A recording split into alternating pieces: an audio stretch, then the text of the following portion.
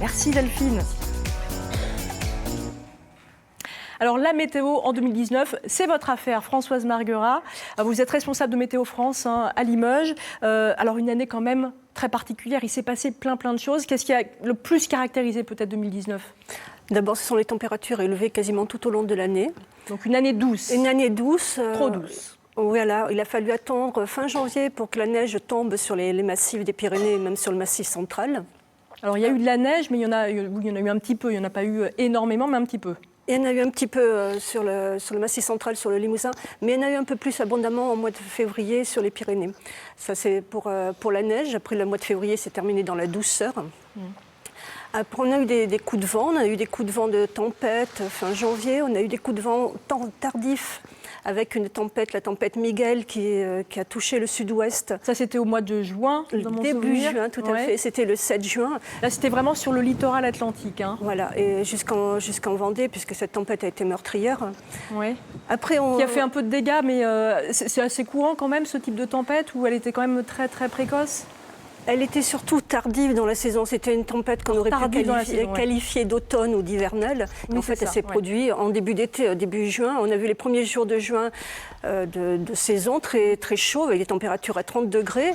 Et puis là, le 7 juin, on a eu cette perturbation qui était un peu décalée dans le temps, qui est un peu exceptionnelle à cette période de l'année et qui était malgré tout assez costaud.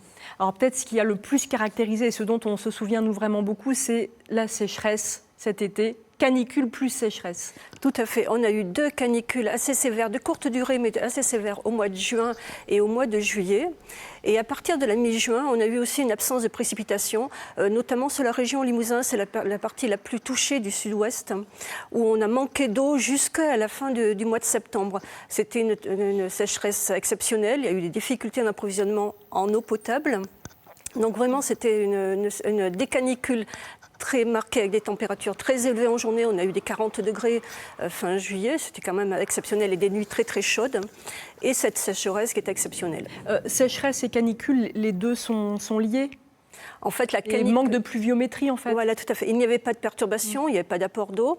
Il faisait très chaud, ce qui aggrave l'état des sols et qui aggrave la sécheresse quand il fait très chaud en journée, comme ce qu'on a connu. Je crois que c'était la troisième été le plus chaud, c'est ça ? Tout à fait, parce que... Depuis des années et des années. Voilà, l'été 2019 était remarquable. À partir du 15 juin jusqu'à fin août, il a fait très chaud. Quels sont les facteurs quand même qui conduisent à cette sécheresse ? Puis est-ce qu'on doit aussi s'attendre à en avoir de plus en plus ? C'est un petit peu la crainte de tout le monde. Est-ce qu'on doit se dire, allez, tous les étés maintenant, il y aura des sécheresses comme ça ? Probablement, les sécheresses vont devenir plus fréquentes au cours des années à venir. Cette année, surtout la région Limousin. Je vois Philippe qui fait un peu l'amour, mais oui. C'était la plus affectée, la région Limousin. Ouais. On n'a pas eu d'orage, on n'a pas eu de pluie orageuse, donc c'était quand même exceptionnel sans orage, sans ces apports d'eau. Dans les années à venir, probablement, les sécheresses vont se multiplier. Des sécheresses estivales, plus ou moins marquées, mais il est probable que le nombre de sécheresses augmente dans les années à venir. Donc vous disiez le Limousin a été touché, le Massif central, un petit peu moins l'Aquitaine, l'ex-Aquitaine, l'ex-Poitou-Charentes ? Oui, tout à fait. Ils ont eu un peu plus d'orage, de pluie orageuse, qui a temporisé un peu. Ils ont moins connu de cette période de sécheresse comme le Limousin. Je pense notamment au plateau bortois en Corrèze, où il y avait vraiment en plus des difficultés d'approvisionnement en eau. Ça aussi, c'est des questions compliquées à gérer. Tout à fait. La Creuse et la Corrèze sont les 2 départements de la région Nouvelle-Aquitaine qui ont le plus souffert de la sécheresse.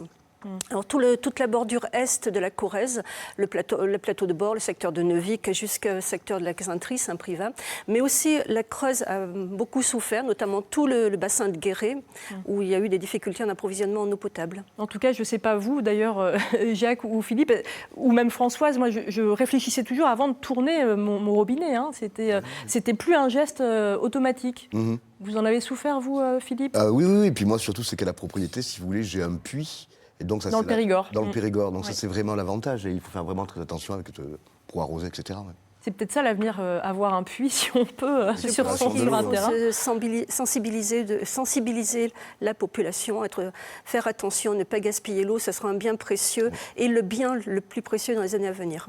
Alors le manque d'eau, il s'est fait sentir jusqu'à quoi, fin septembre ? Jusqu'au 20 septembre. Jusqu'au 20 septembre. Et après ? On a changé de régime. Ouais. Les perturbations, on a pris un régime d'ouest perturbé s'est installé. Les perturbations se sont enchaînées les unes derrière les autres, parfois soutenues. Ça a vraiment changé à partir du 21 septembre, le régime pluviométrique.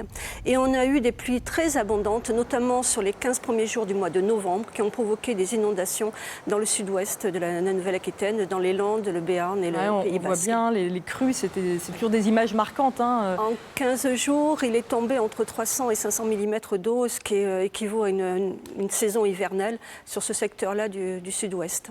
Ce qui fait peur quand même quand on voit ces images, on se dit mais est-ce qu'on oublie un peu, est-ce qu'il va falloir oublier le climat tempéré d'avant ? Est-ce qu'il va falloir s'habituer à ces pics ? Un coup c'est la sécheresse, un mois après on a des inondations. C'est des images qu'on avait, il me semble, pas forcément l'habitude de voir autant avant.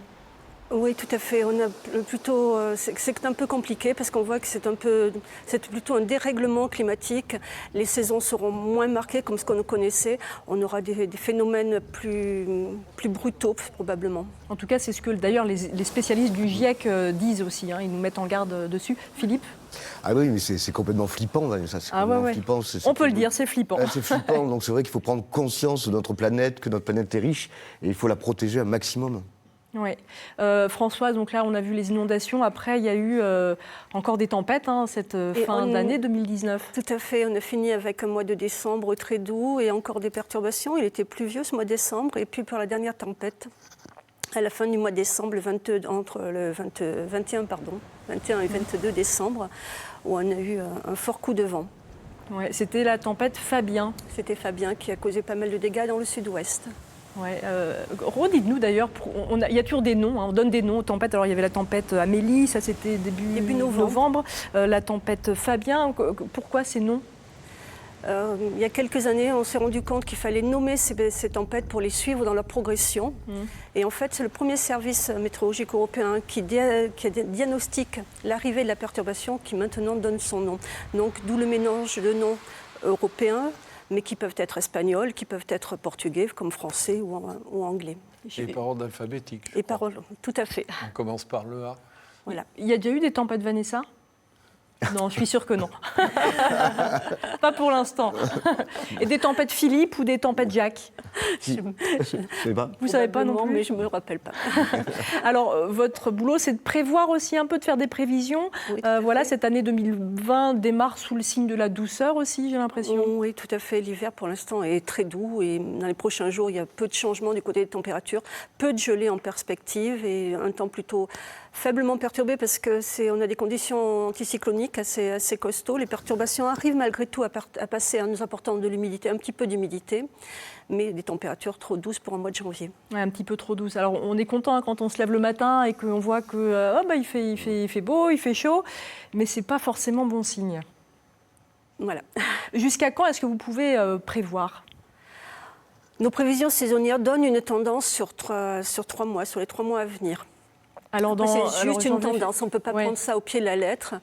Mais actuellement, on voit que les janvier, février, mars, ça serait plutôt doux. Ce qui ne veut pas dire, ce n'est pas parce qu'on annonce 3 mois doux qu'à l'intérieur de ces 3 mois, il peut y avoir aussi un épisode d'une semaine, de 10 jours ou 3 jours très froid. Mais la moyenne sur ces 3 mois risque d'être plus douce que la normale. Voilà. Jacques ? La neige ? Pour l'instant, on n'en voit pas trop arriver. Ah, c'est dommage. Les champignons.